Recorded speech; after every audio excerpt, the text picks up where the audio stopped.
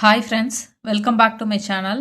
இன்றைக்கி என்ன வீடியோ வந்து பார்க்க போகிறோம் அப்படின்னா ரிட்டையர்மெண்ட்டை பற்றி தான் வந்து பார்க்க போகிறோம். ஸோ ரிட்டையர்மெண்ட் பிளானிங் அப்படின்னா வந்து என்ன, ஏன் வந்து ரிட்டையர்மெண்ட் வந்து பிளான் பண்ணணும், ரிட்டையர்மெண்ட் அப்போ நமக்கு வந்து எவ்வளோ அமௌண்ட் வந்து வேணும், எந்த ஏஜ்லேருந்து ரிட்டையர்மெண்ட் பிளானிங்கை நம்ம வந்து ஸ்டார்ட் பண்ணணும், SIP, NPS, PPF, EPF, gold, FD இந்த மாதிரி நிறைய ஆப்ஷன்லாம் இருக்குது. அதில் எந்த ஆப்ஷன் வந்து பெட்டராக இருக்கும் ரிட்டையர்மெண்ட்டுக்கு, ரிட்டையர்மெண்ட் பிளானிங்கில் நம்ம பண்ணுற மிஸ்டேக்ஸ் வந்து என்ன, ப்ராக்டிக்கலாக ரிட்டையர்மெண்ட் பிளானிங் வந்து எப்படி பண்ணலாம், இந்த மாதிரி நிறையா விஷயத்த இதில் வந்து பார்க்க போகிறோம்.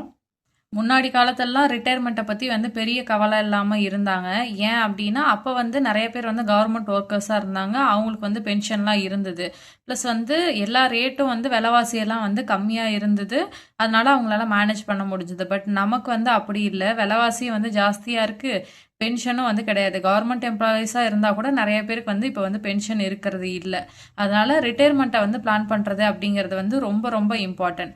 ரிட்டையர்மெண்ட் அப்படிங்கிறது வந்து என்ன அப்படின்னா நம்ம வேலை நிற்கிறது மட்டும் இல்லை, நம்மளோட சேலரியும் வந்து நின்றும். நீங்கள் உங்கள் ஏஜ் வந்து 60 இருக்கும்போது ரிட்டையர்மெண்ட் ஆகுறீங்க அப்படின்னா உங்கள் வேலையும் வந்து நின்றும், அந்த டைமில் வந்து சேலரி நின்றும்.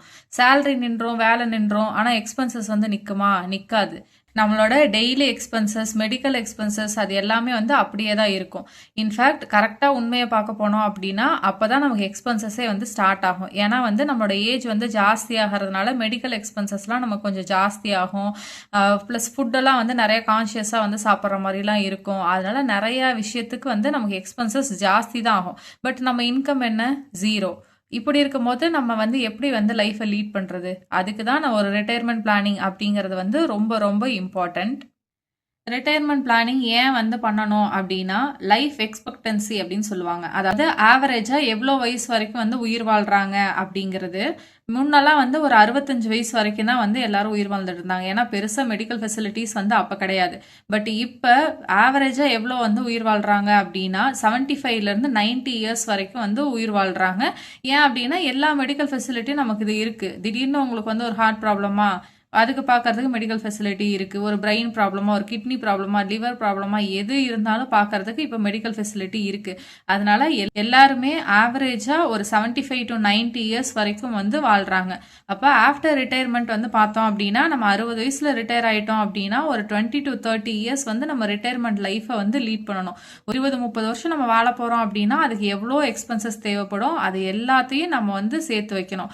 அந்த ஃபுல்லுத்துக்கும் தேவையான அமௌண்ட்டு தான் ரிட்டையர்மெண்ட் கார்பஸ் அப்படின்னு சொல்லுவாங்க. நம்ம 20 to 30 இயர்ஸ் வந்து நம்ம லைஃப்பை லீட் பண்ணுறதுக்கு எவ்வளோ அமௌண்ட் வேணும், அந்த மொத்த அமௌண்ட்டையும் நம்ம வந்து பிளான் பண்ணி சேவ் பண்ணி வைக்கணும். அந்த காலத்தில் நம்ம வந்து பார்த்தோம் அப்படின்னா ஒரு கப்புள் வந்து ஒரு 4 to 5 கிட்ஸ் வந்து வச்சுக்கிட்டாங்க. இன்கேஸ் அவங்களுக்கு வந்து ஏதாவது வந்து ஃபியூச்சரில் ஆச்சு அப்படின்னாலும் 4-5 பசங்க இருப்பாங்க, ஒரு 1 lakh செலவாகுது அப்படின்னாலும் ஒவ்வொருத்தருக்கும் ஒரு 20,000 தான் வந்து எக்ஸ்பென்சஸ் இருக்கும். ப்ளஸ் வந்து ஒவ்வொரு மாதம் வந்து ஒருத்தவங்க டேக் கேர் பண்ணிக்கிட்டாலும் 4 மாதத்துக்கு ஒரு தடவை தான் ஒருத்தவங்களுக்கான எக்ஸ்பென்சஸ் வந்து வரும். அதனால அப்போ வந்து பேரண்ட்ஸை பார்த்துக்கிறது வந்து பெரிய கஷ்டம் இல்லை. பட் இப்போ நம்ம 1 or 2 கிட்ஸ் தான் வந்து வச்சுருக்கோம், அதுவும் ஒரு கிட் தான் வந்து வச்சுருக்கோம் அப்படின்னா அந்த ஒரு பையனோ இல்லை அந்த ஒரு பொண்ணோ தான் வந்து 2 பேரண்ட்ஸையுமே வந்து ஹேண்டில் பண்ணுற மாதிரி இருக்கும்.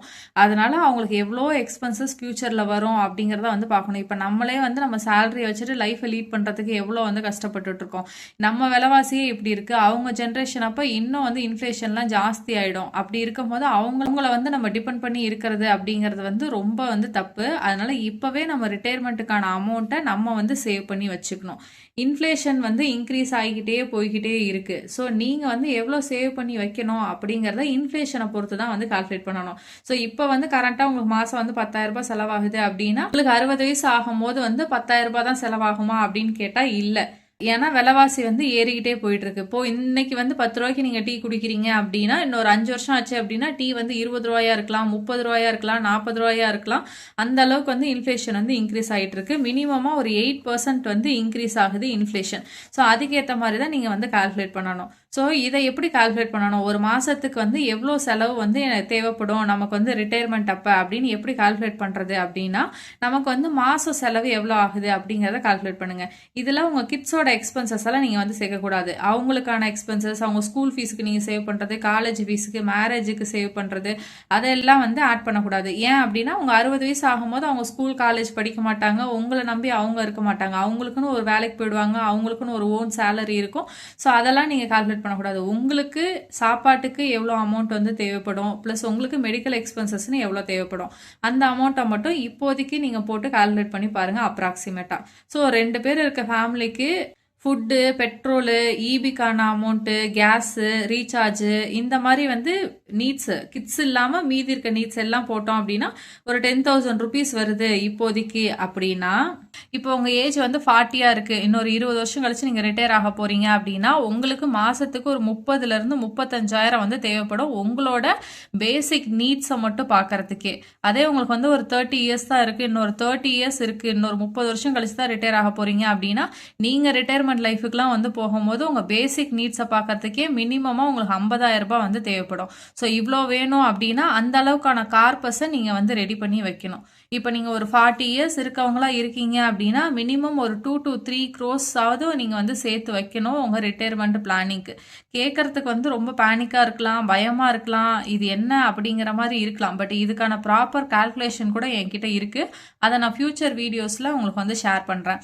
எவ்வளோ வந்து 8% நீங்களே கூட போட்டு பார்க்கலாம். ஒரு எக்ஸலை வந்து ஓப்பன் பண்ணுங்க, 10,000 அப்படின்னு சொல்லிட்டு எக்ஸ்பென்சஸை வந்து போடுங்க. போட்டுட்டு அதில் வந்து 8% 8% 8% ஆட் பண்ணிக்கிட்டே வாங்க. ஒரு 20 வருஷத்துக்கு ஆட் பண்ணி பார்த்தீங்கன்னாவே உங்களுக்கு வந்து தெரியும் எவ்வளோ வந்து செலவு மாதத்துக்கு வந்து ஆக போகுது அப்படின்னு சொல்லிட்டு. அப்போ வருஷத்துக்கு எவ்வளோ அப்படிங்கிறத இன்ட்டு 12 போடுங்க. ப்ளஸ் நீங்கள் ஒரு 20 இயர்ஸ் இருக்க போகிறீங்க அப்படின்னா 20 இயர்ஸ் அப்படின்னு போட்டு பார்த்தீங்க அப்படின்னா உங்களுக்கு தெரியும் உங்களுக்கு எவ்வளோ கார்பஸ் வேணும் அப்படிங்கிறது. க்ரோர்ஸில் பார்க்கும்போது வந்து பயமாக தான் இருக்கும், பட் அவ்வளோ அமௌண்ட் தேவைப்படும் அப்படிங்கிறது தான் வந்து ரியாலிட்டி.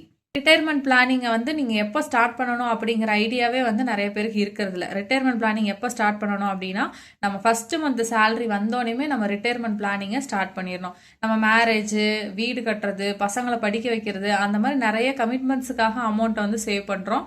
யாருமே ரிட்டையர்மெண்ட் அப்படிங்கிற ஒரு விஷயத்த பெருசாக வந்து எடுத்துக்கிறது இல்லை. பட் ரிட்டையர்மெண்ட் அப்படிங்கிறதுக்கும் இப்போ இருக்க சுச்சுவேஷனுக்கு நம்ம கண்டிப்பாக பிளான் பண்ணி தான் வந்து ஆகணும்.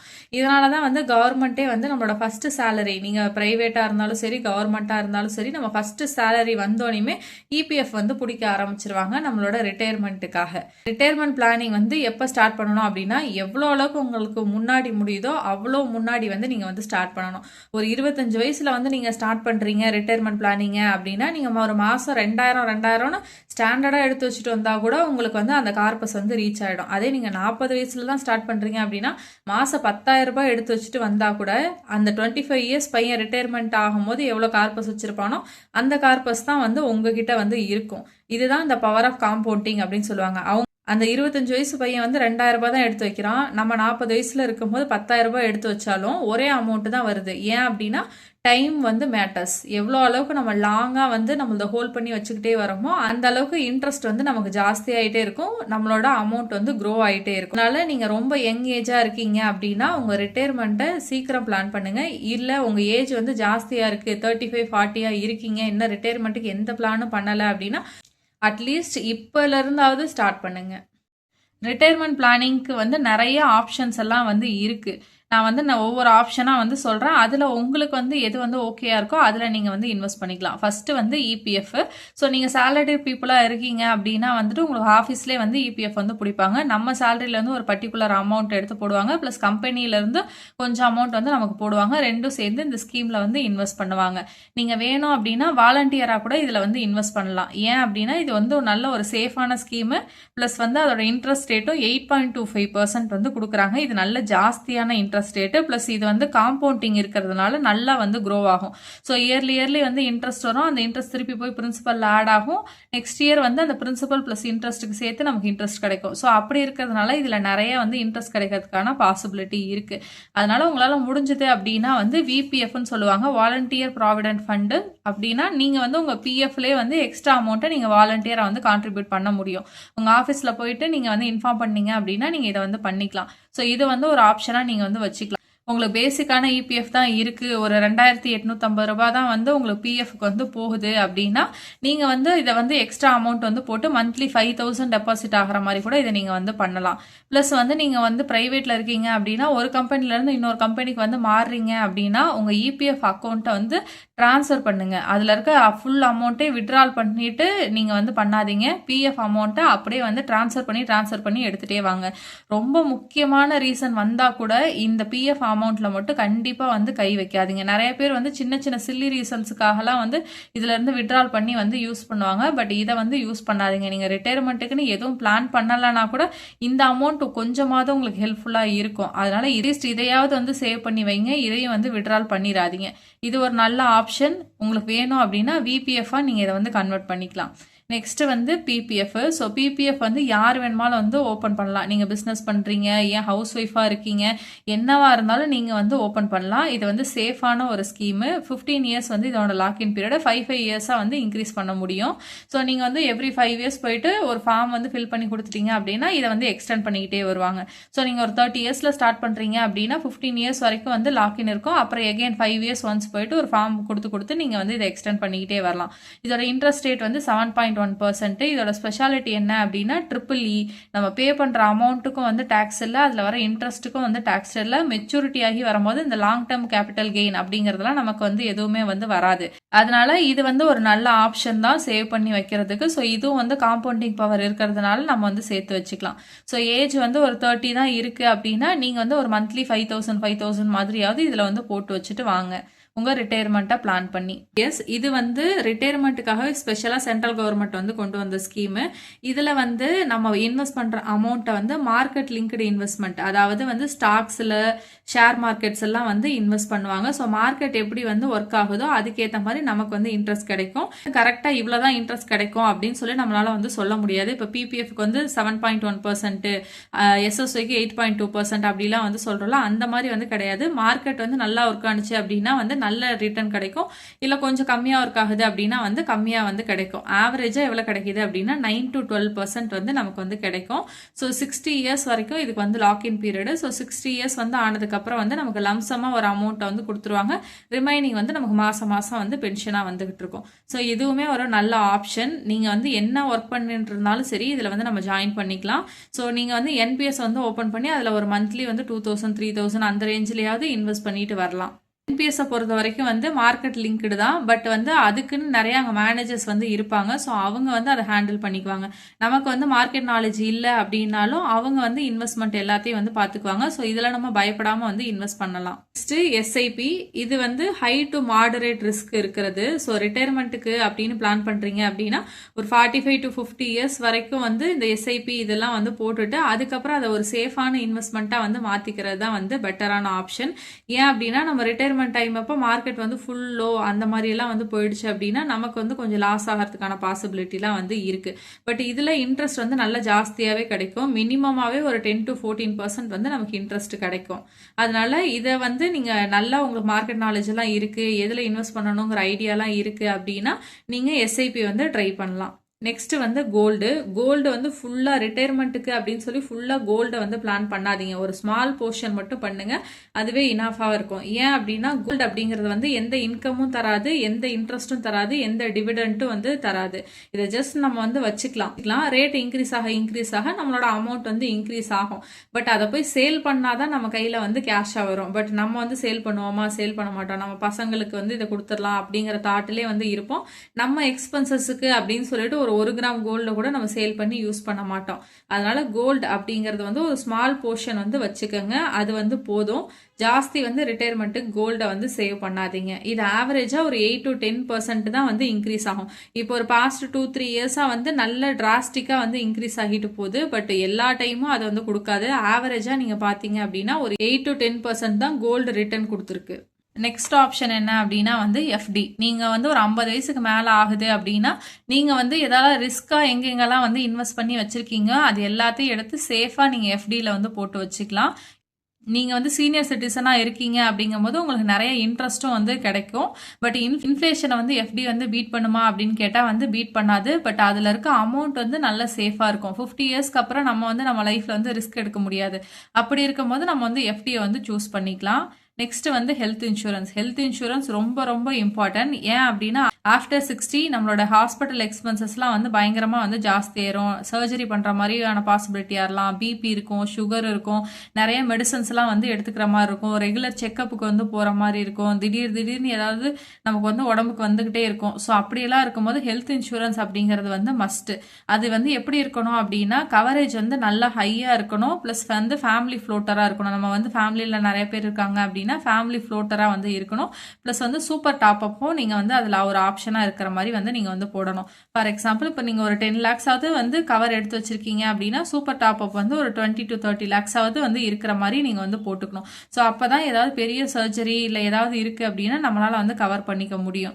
நீங்க முடிஞ்ச அளவுக்கு இப்பல இருந்து ஹெல்த் இன்சூரன்ஸ் எடுத்துட்டு நான் ரினியூ பண்ணிக்கிட்டே வந்தீங்க அப்படின்னா ஓகேயா இருக்கும். ஏதாவது டிசீஸ் ஏதாவது வந்ததுக்கு அப்புறம் நீங்க ஹெல்த் இன்சூரன்ஸ் எடுத்தீங்க அப்படின்னா ஒன்னு பிரீமியம் வந்து ஜாஸ்தியா இருக்கும், டிசீஸ் ஏதாவது கொஞ்சம் டிஃபிகல்ட்டா இருந்தது அப்படின்னா நமக்கு ஹெல்த் இன்சூரன்ஸ் கிடைக்காம போறது கூட பாசிபிலிட்டிலாம் இருக்கு. அதனால இப்பல இருந்து ஹெல்த் இன்சூரன்ஸ் வந்து எடுத்துக்கோங்க, ரினியூவல் பண்ணிக்கிட்டே வந்து வாங்க. ஹெல்த் இன்சூரன்ஸ் வந்து கிளைம் பண்றோம் பண்ணல, ஃபார் சேஃப்டி எல்லாரும் ஒரு ஹெல்த் இன்சூரன்ஸ் கண்டிப்பா வந்து வச்சுக்கோங்க. ரிட்டையர்மெண்ட் பிளானிங் வந்து நீங்க எப்படி பண்ணணும் அப்படின்னா எல்லாமே வந்து ஸ்பிளிட் பண்ணி தான் பண்ணணும். Don't put everything in one basket அப்படின்னு சொல்லுவாங்க. ஸோ எல்லாத்தையும் கொண்டு போய் ஒரே இதில் வந்து இன்வெஸ்ட் பண்ணிடாதீங்க. அது வந்து நமக்கு வந்து பேக் ஃபயர் ஆகிறதுக்கு கூட பாசிபிலிட்டி இருக்குது. இதில் நிறைய ஆப்ஷன் இருக்குது, நீங்கள் அதில் வந்து ஸ்ப்ளிட் பண்ணி போட்டு வச்சுக்கோங்க. இபிஎஃப் வந்து ஒரு ஆப்ஷனு, அதில் ஒரு 20 to 30% வந்து போட்டுக்கலாம். பிபிஎஃப் வந்து ஒரு 10 to 20% வந்து போட்டுக்கலாம். என்பிஎஸ்ல ஒரு 15 to 30% வந்து போட்டுக்கலாம். எஸ்ஐபியில் ஒரு 20 to 40% வந்து போட்டுக்கலாம். கோல்டில் ஒரு 5 to 10%, எஃப்டியில் ஒரு 5 to 10%, ஆர்டியில் கொஞ்சம் அமௌண்ட்டு, இந்த மாதிரி நீங்கள் சீனியர் சிட்டிசன் ஸ்கீம்ஸ்லலாம் வந்து கொஞ்சம் அமௌண்ட்டு, இந்த மாதிரி வந்து தனித்தனியாக ஸ்ப்ளிட் பண்ணி போடுங்க. மினிமம் ஒரு 5 விஷயத்துலையாவது இதை வந்து நீங்கள் ஸ்ப்ளிட் பண்ணி போட்டு வச்சுக்கோங்க. அப்போ தான் வந்து ஒன்று வந்து இன்கேஸ் கை கொடுக்கல அப்படின்னாலும் இன்னொரு விஷயம் வந்து நமக்கு வந்து கை கொடுக்கும். ஹெல்த் இன்சூரன்ஸ் கம்பல்சரியாக நீங்கள் வந்து போட்டு வச்சுக்கணும். வந்து எதில் இன்வெஸ்ட் பண்ண போறீங்க அப்படிங்கிறது உங்கள் ஏஜை பொறுத்து. உங்கள் ஏஜ் வந்து கம்மியாக இருக்குது அப்படின்னா நீங்கள் வந்து ரிஸ்க் ஜாஸ்தியாக வந்து எடுக்கலாம். இல்லை ஏஜ் வந்து ஜாஸ்தி ஆயிடுச்சு 50+ 60+ ஆயிட்டீங்க அப்படின்னா உங்கள் ரிஸ்க் எல்லாம் கம்மி பண்ணிட்டு சேஃபான இன்வெஸ்ட்மெண்ட்டில் உங்கள் அமௌண்ட்டை வந்து போட்டு வச்சுங்க. ஏன்னா ரிட்டையர்மெண்ட்டுக்கு அப்புறம் வந்து நம்மளால் அலைஞ்செல்லாம் வந்து எங்கேயும் போய் அமௌண்ட் எல்லாம் திருப்பி வாங்கிட்டு இருக்க முடியாது. அதனால எப்போவுமே உங்கள் அமௌண்ட்டை சேஃபாக இருக்கிற மாதிரி வந்து பார்த்துக்கங்க. ரிட்டையர்மெண்ட் பிளானிங் அப்போ நிறைய பேர் பண்ணுற மிஸ்டேக் வந்து என்ன அப்படின்னா இப்போ ஸ்டார்ட் பண்ணிக்கலாம் அப்போ ஸ்டார்ட் பண்ணிக்கலாம்னு சொல்லி அதை தள்ளி போட்டுக்கிட்டே இருக்கிறது. இப்போ வந்து என் பையனுக்கு வந்து ஸ்கூல் ஃபீஸ் கட்டணும், இல்லை நான் வந்து வீடு கட்டுற ஐடியாவில் வந்து வச்சுருக்கேன், இல்லை என் பையன் காலேஜ் ஃபீஸ்க்கு நான் சேர்த்து வைக்கணும், என் பொண்ணு கல்யாணம் பண்ணுறதுக்கு நான் கோல்டு சேர்த்து வைக்கணும், அப்படி இப்படின்ட்டு ரிட்டையர்மெண்ட் பிளானிங்கை தள்ளி போட்டுக்கிட்டே வருவாங்க. அவங்க ஸ்கூல் ஃபீஸுக்காக ஒரு 10,000 ரூபாய் எடுத்து வைக்கிறீங்களா, அவங்க ரிட்டையர்மெண்ட்டுக்காக ஒரு 2,000 ரூபாய் எடுத்து வைங்க போதும். அந்த மாதிரி கொஞ்சம் அமௌண்ட்டாவது வந்து கொஞ்சம் உங்கள் ரிட்டையர்மெண்ட்டுக்கு அப்படின்னு சொல்லிட்டு எடுத்து வைங்க. எந்த பேக்கப்புமே இல்லாத ஒரு family, lower middle class family அப்படின்னா கண்டிப்பாக நீங்கள் ரிட்டையர்மெண்ட்டை பிளான் பண்ணி தான் வந்து ஆகணும். 60 வயசுக்கு மேலே வேலை செய்ய முடியாது அப்படிங்கிற கட்டம் வரும்போது உங்களுக்குன்னு ஒரு அமௌண்ட் வந்து இருக்கணும், யாரையும் வந்து நீங்கள் டிபெண்ட் பண்ணி இருக்காமல் இருக்கிறதுக்கு. நெக்ஸ்ட்டு இன்சூரன்ஸ் மட்டும் போதும் அப்படின்னு வந்து நினைக்கிறது, மீதியெல்லாம் வந்து நம்மளோட குழந்தைங்க பார்த்துக்குவாங்க அப்படின்னு நினைக்கிறது. அவங்களுக்கும் மேரேஜுக்கு அப்புறம் வந்து ஒரு லைஃப் இருக்குது, ப்ளஸ் அவங்களும் வந்து அவங்க லைஃப் அப்போ தான் வந்து ஸ்டார்ட் பண்ணுவாங்க. அவங்களுக்கு போய் ஃபினான்ஷியல் பேர்டனாக வந்து நம்ம இருக்கக்கூடாது. ஸோ எல்லாத்தையும் நம்மளே ஹேண்டில் பண்ணுற அளவுக்கு நம்ம வந்து அமௌண்ட்டை வந்து ரெடி பண்ணி வச்சுக்கணும். நிறைய பேர் என்ன பண்ணுவாங்க அப்படின்னா எல்லா அமௌண்ட்டையும் கொண்டு போய் கோல்டுலேயே வந்து போட்டு வச்சுருவாங்க. ஸோ அப்படி வந்து பண்ணாதீங்க, டைவர்சிஃபை பண்ணி ஒவ்வொரு விஷயத்துலையும் கொஞ்சமாக வந்து இன்வெஸ்ட் பண்ணி வைங்க. எமர்ஜென்சி ஃபண்ட் அப்படிங்கிறத ஒன்று ரெடி பண்ணி வச்சுக்கோங்க. ஏதாவது ஒரு எமர்ஜென்சி, திடீர்னு நமக்கு வந்து ஏதாவது ஒரு மெடிக்கல் எமர்ஜென்சி வருது அப்படின்னா எப்போவுமே நம்ம கையில் வந்து லிக்விடாக கொஞ்சம் அமௌண்ட் வந்து இருக்கணும். எல்லாத்தையும் இன்வெஸ்ட் பண்ணி வச்சிடாதீங்க. நீங்கள் ஆஃப்டர் 60, 55 வந்து ஆகுறீங்க அப்படின்னா உங்ககிட்டனும் கையிலையாவது ஒரு 2 to 3 lakhs வந்து இருக்கணும். திடீர்னு ஒரு சர்ஜரி வருது, திடீர்னு ஒரு எமர்ஜென்சி வருது அப்படின்னா யூஸ் பண்ணுறதுக்கு உங்களுக்கு வந்து இருக்கணும். நெக்ஸ்ட் பாயிண்ட் என்ன அப்படின்னா medical insurance. So medical insurance அப்படிங்கிறது வந்து கம்பல்சரி, கண்டிப்பாக நம்ம வந்து வச்சுக்கணும். ஏன் அப்படின்னா இப்போ நம்ம பேரண்ட்ஸே வந்து எடுத்துக்கிட்டோம் அப்படின்னா மோஸ்ட் ஆஃப் த பேரண்ட்ஸ் கிட்ட வந்து இருக்கிறது இல்லை. அட்லீஸ்ட் உங்கள் பேரண்ட்ஸ்லாம் வந்து இன்னும் எடுக்கலை அப்படின்னா இந்த முதலமைச்சர் காப்பீடு திட்டம் அந்த மாதிரிலாம் இருக்குல்ல, அட்லீஸ்ட் அந்த மாதிரி விஷயத்தாவது அப்ளை பண்ணி எடுத்து வச்சுக்கோங்க. என்னைக்காவது வந்து நமக்கு வந்து யூஸ் ஆகும். அதெல்லாம் பென்ஷன் பற்றி யோசிக்காமல் என்றைக்குமே இருக்காதீங்க. நமக்குன்னு ஒரு பாசிவ் இன்கம் இருக்கணும், ஒரு ரெண்டல் இன்கம்மு இல்லை எதுலையாவது இருந்து நமக்கு பாசிவ் இன்கம் மாதம் வந்து வர மாதிரி இருக்கணும். அப்படி இல்லையா கண்டிப்பாக பென்ஷன் அப்படிங்கிறது வந்து நமக்கு வந்து ஒன்று வர மாதிரி நம்ம ஏதாவது பண்ணி வச்சுக்கணும். ஒரு எஃப்டியிலேருந்து ஒரு இன்ட்ரெஸ்ட்டோ இல்லை வந்து என்பிஎஸ்ல இருந்து ஒரு பென்ஷனோ இல்லை இபிஎஃப்ல இருந்து ஒரு பென்ஷனோ ஏதாவது வர மாதிரி நம்ம வந்து ரெடி பண்ணி வச்சுக்கணும். மாசம் ஆன செலவுக்குன்னு நம்ம கையில் ஒரு அமௌண்ட் வர மாதிரி ஏதாவது நீங்கள் கண்டிப்பாக வந்து பிளான் பண்ணி வச்சுக்கணும். எல்லாத்துக்கும் உங்கள் குழந்தையே ட்ரஸ்ட் பண்ணி இருக்காதீங்க. அவங்களுக்குன்னு ஒரு லைஃப் இருக்குது. அவங்க வந்து அதை வந்து வாழட்டும். நம்ம லைஃப்பை வந்து டேக் கேர் பண்ணிக்கலாம். ஸோ அதுக்கு ரிட்டையர்மெண்ட் பிளானிங் வந்து ரொம்ப ரொம்ப இம்பார்ட்டன்ட். நான் வந்து ரிட்டையர்மெண்ட் பிளானிங்காக வந்து என்பிஎஸ்ல இன்வெஸ்ட் பண்ணி வைக்கிறேன். ஸோ என்பிஎஸ்ல மந்த்லி வந்து 3000 ருபீஸ் வந்து இன்வெஸ்ட் பண்ணி வைக்கிறேன். ப்ளஸ் வந்து இபிஎஃப் இது வந்து ஆஃபீஸ்லேயே வந்து அவங்களுக்கு வந்து பிடிச்சிருவாங்க. ஸோ 2350 ரூபாய் வந்து அவருக்கு டெபிட் ஆகுது. ஸோ டோட்டலாக 5350 ருபீஸ் மந்த்லி வந்து நாங்கள் எங்கள் ரிட்டையர்மெண்ட் பிளானிங்காக வந்து இன்வெஸ்ட் பண்ணி வைக்கிறோம். நீங்கள் உங்கள் ரிட்டையர்மெண்ட் பிளானிங்க்கு என்ன இன்வெஸ்ட் பண்ணி வைக்கிறீங்க?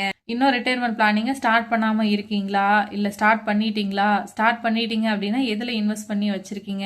இதை விட பெட்டர் ஆப்ஷன் ஏதாவது இருக்கா அப்படிங்கிறதெல்லாம் வந்து எனக்கு வந்து கமெண்ட்டில் வந்து சொல்லுங்கள். நானும் வந்து தெரிஞ்சுக்கிறேன். ஹோப் இந்த வீடியோ உங்களுக்கு யூஸ்ஃபுல்லாக இருக்கும் அப்படின்னு நினைக்கிறேன். யூஸ்ஃபுல்லாக இருந்துச்சு அப்படின்னா வீடியோ வந்து லைக் பண்ணிக்கோங்க. ப்ளஸ் பக்கத்தில் இருக்க பெல் பட்டனை கிளிக் பண்ணிக்கோங்க. அப்போ தான் நான் போடுற வீடியோஸ் எல்லாம் உங்களுக்கு நோட்டிஃபிகேஷனில் வரும். இவ்வளோ நேரம் டைம் ஸ்பெண்ட் பண்ணி என்னோடய வீடியோவை பார்த்ததுக்கு thank you so much. Have a nice day.